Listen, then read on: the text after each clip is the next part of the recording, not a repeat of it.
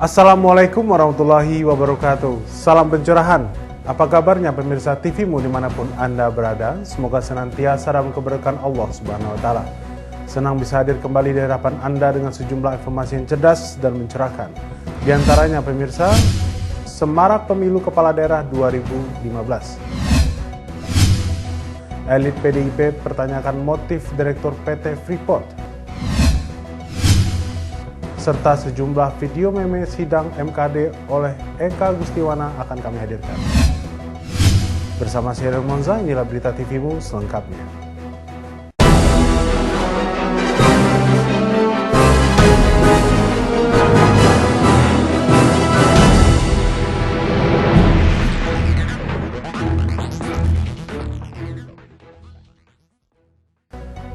Komisi Pemilihan Umum Republik Indonesia beserta perwakilan 40 KPU luar negeri melakukan pemantauan pemilihan umum di Kota Tangerang Selatan. Mereka menilai pelaksanaan pilkada serentak kali ini cukup baik. Komisioner KPU Republik Indonesia, Ferry Kurnia, dan 40 perwakilan KPU luar negeri dari berbagai negara memantau jalannya pemilu kada di Kota Tangerang Selatan. Menurut Ferry Kurnia, para pemantau pemilu asal luar negeri ini merespon baik pelaksanaan pilkada di Indonesia. Mereka ingin mengetahui proses pilkada serentak ini. Ferry menambahkan, KPU Republik Indonesia belum mendapatkan informasi mengenai kendala-kendala di daerah. Dia berharap pelaksanaan berjalan lancar.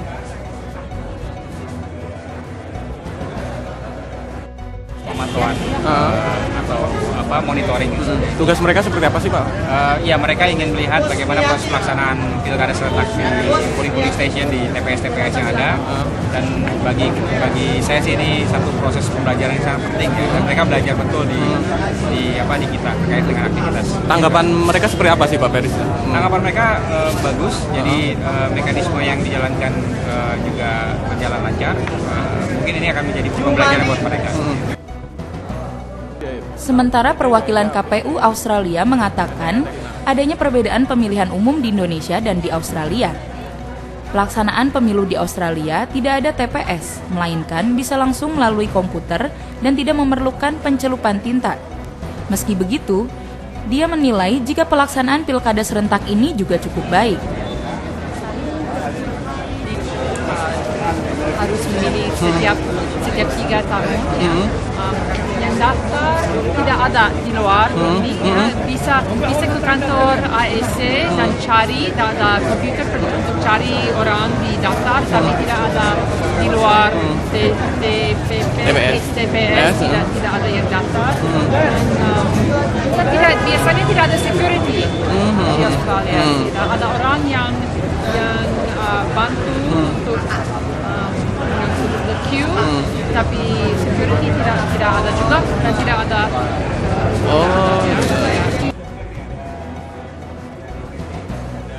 Diharapkan pelaksanaan pilkada serentak yang pertama kali digelar ini berjalan dengan lancar. Perlu diketahui, pilkada serentak tahap pertama pada 9 Desember 2015 ini merupakan pertama kali di Indonesia. Pilkada yang juga menjadi sorotan para penyelenggara pemilu dunia ini diikuti 9 provinsi atau 224 kabupaten dan 36 kota atau 269 daerah, baik itu untuk memilih gubernur atau bupati dan wali kota. Dedi Musoni, TVmu memberitakan dari Tangerang Selatan. Pemilihan Kepala Daerah 2015 tahap pertama di Tangerang Selatan, Banten kurang menarik antusiasme masyarakat. Di daerah ini masyarakat disodorkan 3 pasang calonan pimpinan masing-masing. Bagaimana jalannya pelaksanaan pilkada di sana? Berikut laporan rekan kami, Arina Nurrahman.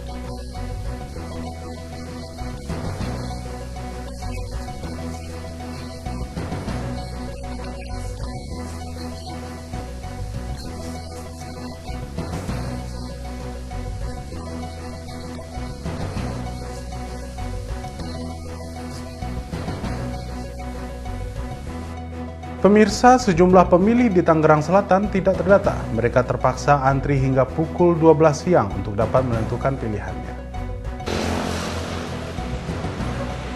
Sejumlah warga Tangerang Selatan tidak terdata dalam daftar pemilih. Meski begitu, mereka tetap mendatangi tempat pemungutan suara di sekitar tempat tinggalnya.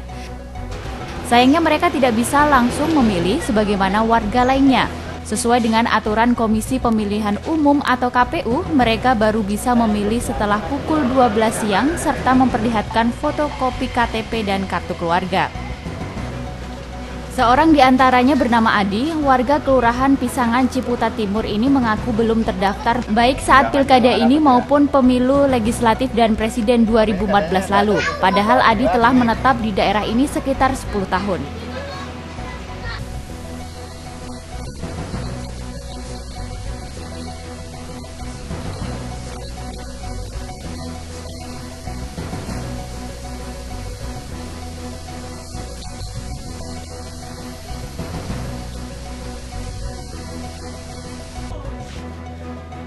Permasalahan lain juga muncul di arena pemilihan. Di TPS 10 Kelurahan Pisangan misalnya, sempat terjadi selisih angka jumlah kartu suara yang masuk dengan jumlah pemilih. Beruntung perkara ini tak berkepanjangan setelah ditemukan adanya 2 nama yang sama dalam DPT. Elvin selaku pengawas TPS 10 Kelurahan Pisangan menjelaskan sempat terjadi ketegangan di TPS 10 Kelurahan Pisangan ini karena adanya selisih angka antara jumlah kartu suara yang masuk dengan jumlah pemilih. Namun bisa diselesaikan setelah mengetahui adanya 2 nama yang sama dalam daftar pemilih.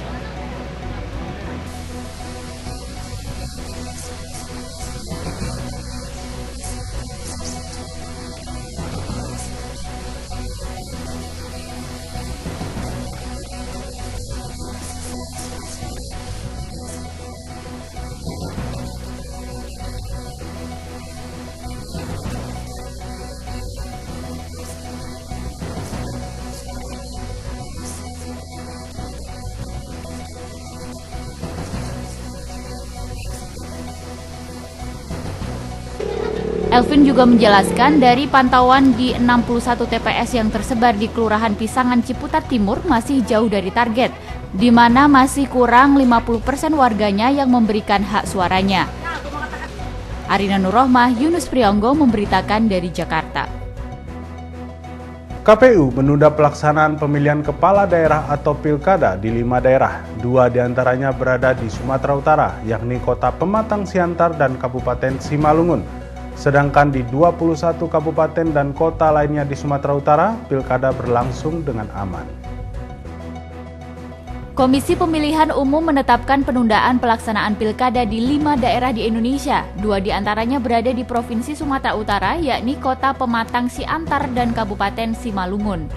Penundaan di 5 daerah itu disampaikan Komisioner KPU Pusat Hadar Nafis Gumai di Jakarta Selasa malam lalu. Penundaan dilakukan karena ada perubahan komposisi calon kepala daerah menyusul keputusan Peradilan Tata Usaha Negara. Awalnya KPU Simalungun membatalkan kesertaan pasangan JR Saragi dan Amran Sinaga karena ditemukan fakta hukum di mana Amran Saragi memiliki masalah hukum. Namun kemudian PT UN Medan menganulir keputusan KPU Simalungun itu sehingga kemudian KPU menetapkan penundaan pelaksanaan pilkada. Persoalan yang sama juga terjadi di Kota Pematang Siantar, sehingga KPU Pematang Siantar juga melakukan penundaan pelaksanaan pilkada hingga waktu yang belum ditentukan. Sementara pelaksanaan pilkada di 21 kabupaten kota lainnya di Sumatera Utara berlangsung dengan aman walaupun dengan penjagaan keamanan ekstra ketat. Suasana pilkada yang berlangsung di Medan berlangsung dalam kondisi aman. Dari 10 TPS yang dikunjungi wartawan TV Mudi Medan, tampak suasana pilkada yang tidak bergairah karena minimnya peserta pilkada yang hadir. Beberapa petugas mengakui rendahnya partisipasi pemilih pada pilkada kali ini. Belum diketahui tingkat partisipasi pemilih, beberapa sumber TVMU menyebut diperkirakan partisipasi pemilih tidak lebih dari 50% saja. Peserta pilkada di Kota Medan tercatat sebanyak 1.985.096 pemilih, sedangkan data pemilih untuk Provinsi Sumatera Utara tercatat sebanyak 6.794.873 pemilih. Saiful Hadi dan Farhan, TVMU memberitakan dari Medan, Sumatera Utara.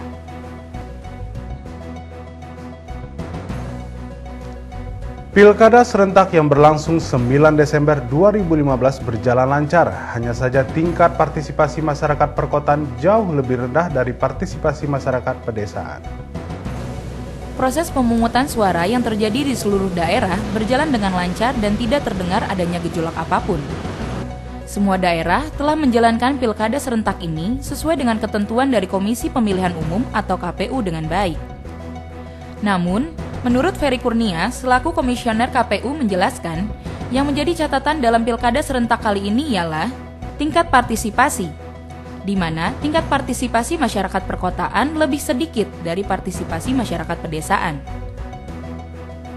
Namun, Ferry optimis, tingkat partisipasi pilkada serentak kali ini akan lebih tinggi daripada pemilihan legislatif kemarin. Jadi ya ini tipikal desa kota memang kondisinya memang seperti itu. Tapi relatif seluruhnya berjalan dan walaupun memang ada beberapa yang tingkat partisipasinya rendah, tapi kita kan harus melihat average-nya, rata-rata di kota tersebut atau di daerah tersebut seperti itu. Jadi tidak bisa melihat di satu titik TPS saja atau 2 TPS saja, tapi kita harus melihat seluruh TPS yang ada. Kita masih tetap optimis dengan tingkat partisipasi di atas pileg pilpres kemarin. Ferry pun menjelaskan, dalam pemilihan kepala daerah sebelumnya pun, animo masyarakat kota jauh lebih sedikit daripada masyarakat pedesaan.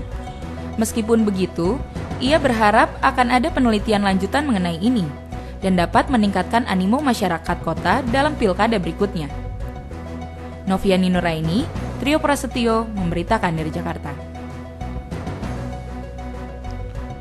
Pemirsa, hal yang berbeda dari pilkada serentak kali ini, masyarakat dapat memantau hasil pilkada serentak melalui website yang disediakan Komisi Pemilihan Umum. Ini dilakukan untuk meminimalisir adanya kecurangan dalam pilkada serentak. Komisi Pemilihan Umum atau KPU terus berusaha memberikan pelayanan terbaik untuk masyarakat dalam pelaksanaan pemungutan suara. Kini, masyarakat dapat memantau hasil pilkada melalui website. Komisioner KPU, Ferry Kurnia menjelaskan, masyarakat dapat memantau hasil pilkada serentak ini melalui website pilkada2015.kpu.go.id mulai 10 Desember ini. Penyediaan fasilitas ini dilakukan untuk menunjukkan transparansi kepada publik dan mengurangi tingkat kecurangan dalam pilkada serentak ini. Nah, form yang dibawa ke kabupaten kota itu nanti akan langsung di-scan dan direkap. Jadi hasil scan-nya dalam bentuk image itu nanti akan ditampilkan di website kita, seperti itu. Dan hasil rekapnya pun akan ditampilkan kepada halayak publik secara keseluruhan. Dan tentunya ini juga nantinya untuk menjadi aspek transparansi kita dan aspek untuk menindaklanjuti supaya kita terhindar dari manipulasi di lapangan. Jadi besok sudah kita bisa lihat hasil-hasilnya di pilkada2015.kpu.go.id seperti itu. Selain itu, Ferry pun menambahkan, jika pilkada di tingkat kabupaten dan kota akan selesai pada 17 sampai 18 Desember dan akan keluar hasil akhir yang terpilih menjadi wali kota dan bupati. Sedangkan untuk di tingkat provinsi akan selesai pada tanggal 19 sampai 20 Desember mendatang. Dan di tanggal tersebut akan diumumkan siapa yang terpilih menjadi gubernur dan wakil gubernur. Noviani Nuraini, Trio Prasetyo memberitakan dari Jakarta. Berita tentang sidang Mahkamah Kehormatan Dewan akan kami hadirkan sesaat lagi. Tetaplah bersama kami.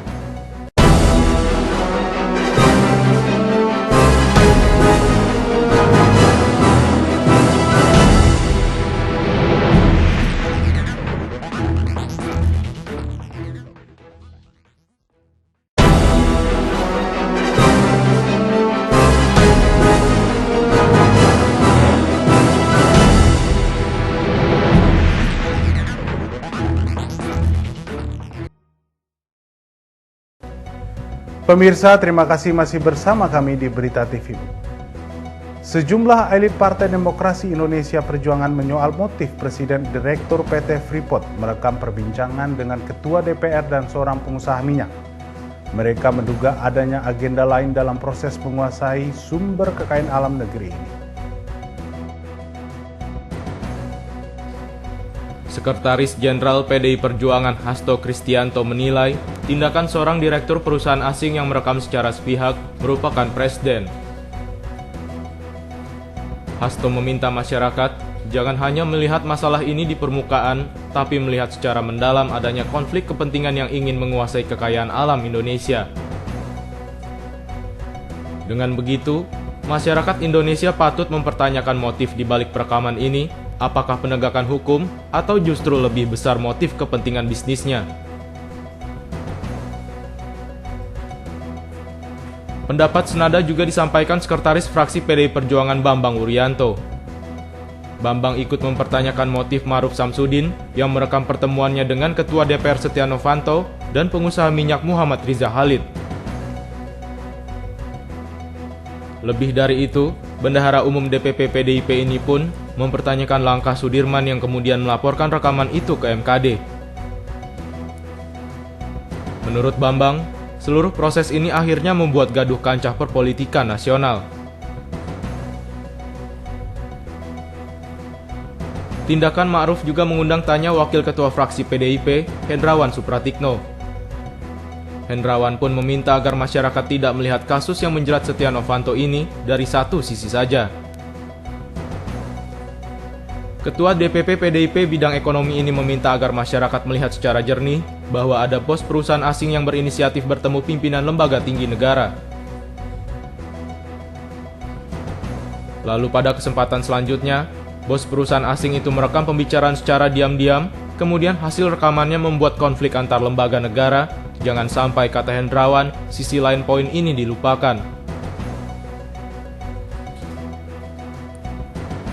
Para elit PDIP khawatir situasi ini justru dapat membuat situasi politik tak kondusif, sebagaimana yang pernah terjadi pada Bung Karno yang dilengsarkan ketika ada proses-proses untuk menguasai sumber kekayaan alam negeri ini.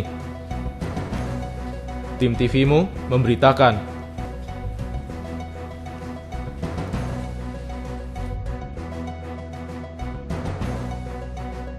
Sikap sejumlah elit PDIP jelas bertolak belakang dengan kegusaran yang diluapkan Presiden Joko Widodo dan juga Wakil Presiden Yusuf Kala. Bahkan Kala secara tegas meminta Setia Novanto mengundurkan diri. Presiden Joko Widodo murka menyusul pencatutan namanya dalam rekaman pembicaraan antara Setia Novanto, Ma'ruf Samsudin, dan Riza Khalid yang diputar dalam sidang MKD.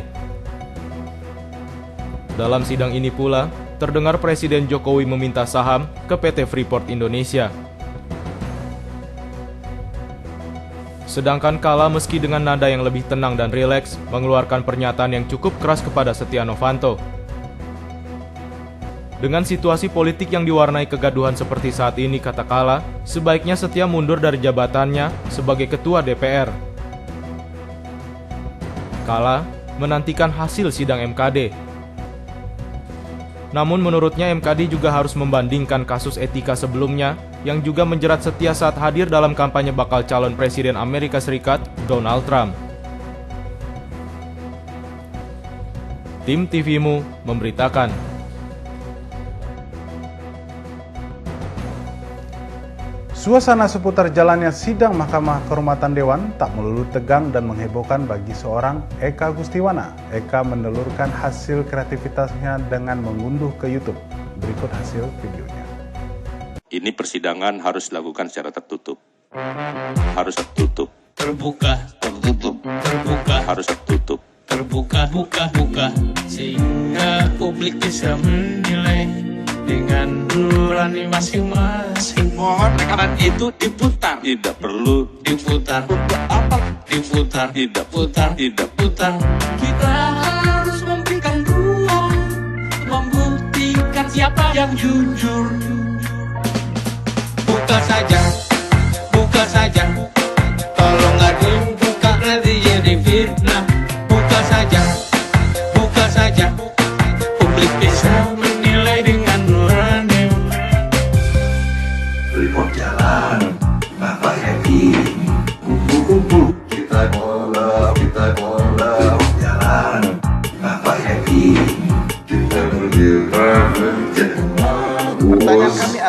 Apa yang salah dengan pertemuan Bapak Setia Novanto ini? Salahnya di mana? Itu rekaman tidak legal, Bapak, karena bukan dilakukan oleh penegak hukum. Saudara tidak tahu asli atau bukan asli. Saudara langsung mengambil saja begitu, hanya mendengarkan cerita orang lain dan melaporkan ke MKD. Dia telah menghebohkan negara. Nah, oleh karena itu, dia harus bertanggung jawab secara dalam. Tidak ada maksud pribadi untuk menyerang siapapun. Apabila Dewan ini ingin jaga kehormatan orang yang mengadu, harusnya dilindungi, bukan diperlakukan sebagai orang bersalah. Buka saja, buka saja. Kalau nggak dibuka nanti jadi fitnah. Buka saja, buka saja. Bersihkan pemburu rente. Buka saja, buka saja. Kalau nggak dibuka nanti jadi fitnah. Buka saja, buka saja. Publik bisa menilai dengan nurani. Sedikit saja, ya. Buka saja.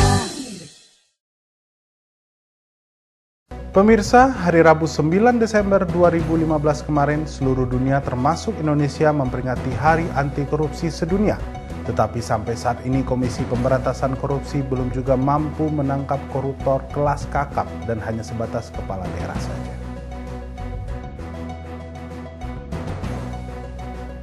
Persoalan korupsi adalah salah satu fokus utama pemerintah Indonesia pasca reformasi. Berbagai upaya telah ditempuh, baik untuk mencegah maupun memberantas tindak pidana korupsi secara serentak oleh eksekutif dan legislatif. Salah satu bentuk komitmen ini dengan menerbitkan Instruksi Presiden atau Inpres nomor 5 tahun 2004 tentang percepatan pemberantasan korupsi, melahirkan Undang-Undang Tindak Pidana Korupsi, dan pembentukan Lembaga Komisi Pemberantasan Korupsi. Serta beberapa kebijakan atau peraturan lainnya yang ada di beberapa lembaga kementerian dan pemerintahan daerah. Korupsi tengah menjadi perbincangan hangat di masyarakat, terutama di media massa lokal dan nasional. Maraknya korupsi di Indonesia seakan sulit diberantas dan telah menjadi budaya. Saat ini, Indonesia juga mengalami peningkatan kasus dari tahun ke tahun. Pemberantasan korupsi semakin melemah ketimbang tahun-tahun sebelumnya. Hal ini merujuk pada kasus yang diusut KPK yang belum mampu menangkap koruptor kelas kakap dan hanya sebatas kepala daerah saja. Di tahun 2015 ini, KPK selalu bimbang jika berhadapan dengan aparat kepolisian. Lembaga anti rusuh itu seperti kehilangan kekuatannya. Berdasarkan data Indonesia Corruption Watch dari penyidikan periode Januari hingga Juni 2015, catatan penting kinerja penegakan hukum masih belum dianggap maksimal.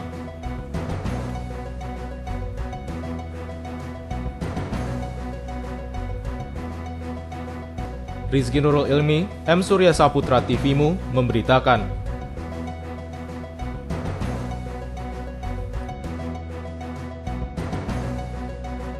Selanjutnya, berita dari Universitas Muhammadiyah Surakarta akan kami hadirkan usai jeda berikut ini.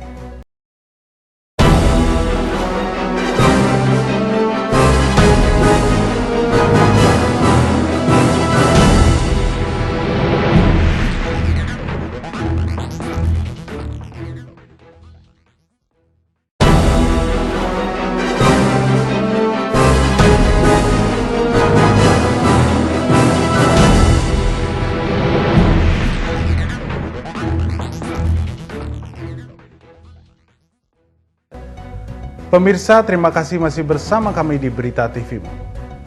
Pusat Jasa Ketenagakerjaan Universitas Muhammadiyah Sumatera Utara atau PJK UNSUM dan 5 mitra menandatangani kerjasama tentang peningkatan kualitas sumber daya manusia dan ketenagakerjaan. Untuk mendorong peningkatan kualitas sumber daya manusia dan ketenagakerjaan, UNSUM menandatangani naskah kerjasama dengan kelima mitranya. Penandatanganan dilakukan Rektor UMSU Agusani dan pimpinan mitra kerja, yakni Human Resource Community, Organisasi Komunitas Manajer HRD se-Sumatera Utara, dan PT Markplus Indonesia, perusahaan jasa konsultan marketing dan strategi bisnis. Selain itu, mitra lainnya adalah PT Kinerja Indonesia, perusahaan jasa pembayaran online dan marketplace, PT BTPN Syariah, serta PT Mitra Jaya Agro, perusahaan jasa pelatihan dan rekrutmen bidang perkebunan. Ketua PJK UMSU, Sukma Lesmana mengatakan, dari penandatanganan kerjasama ini diharapkan melahirkan program-program yang lebih spesifik dalam pelatihan workshop karir. Sukma Lesmana menambahkan, dalam rangka meningkatkan daya saing lulusan UMSU, ada 2 hal yang harus dilakukan, yakni menciptakan atau melaksanakan program-program yang meningkatkan daya saing lulusan. Selain itu, kerjasama ini juga untuk membangun networking guna merebut peluang. Rektor UMSU Agusani memberikan apresiasi kepada PJK UMSU karena selama 5 tahun ini telah memberikan pengajaran dan soft skill lulusan UMSU, sehingga lulusan UMSU mendapat kepercayaan dari pasar kerja. Kami dari para universitas memberikan terima kasih seluas-luasnya kepada PJK membangun kerjasama.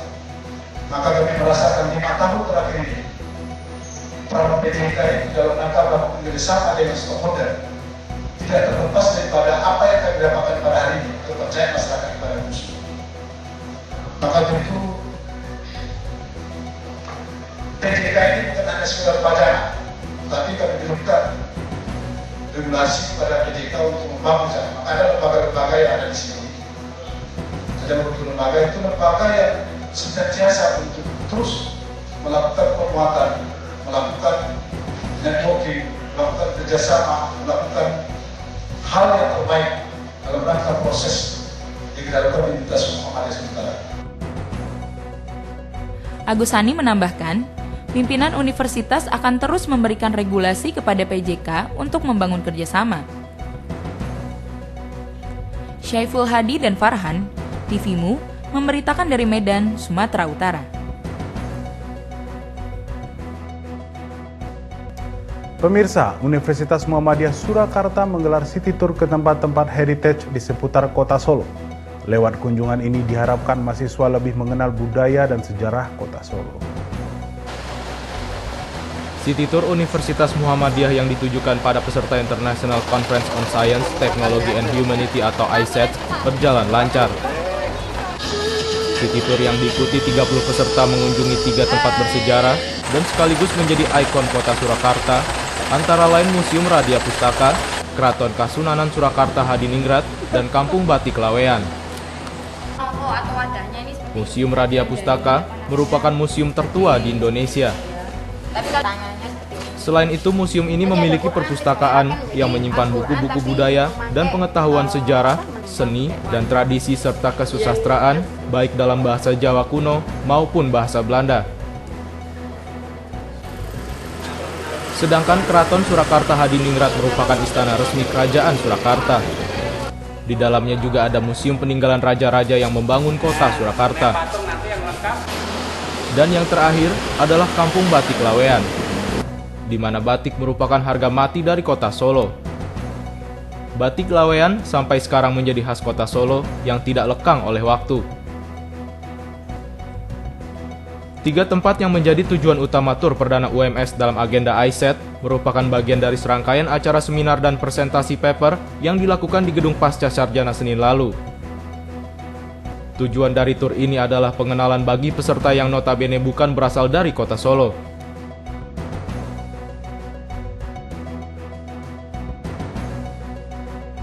Jadi kita ingin memperkenalkan kota Solo kepada peserta seminar teknologi kemarin yang kita adakan. Kemudian juga makanya kita bawa ke tempat-tempat heritage peninggalan untuk memperkenalkan bahwa meskipun kita teknologi sudah maju, tapi masih harus memelihara budaya yang sudah ada. Meskipun teknologi terbilang maju, namun warga kota Solo tetap menjunjung tinggi dan melestarikan budaya. Mentari, Asef, UMS memberitakan dari Surakarta.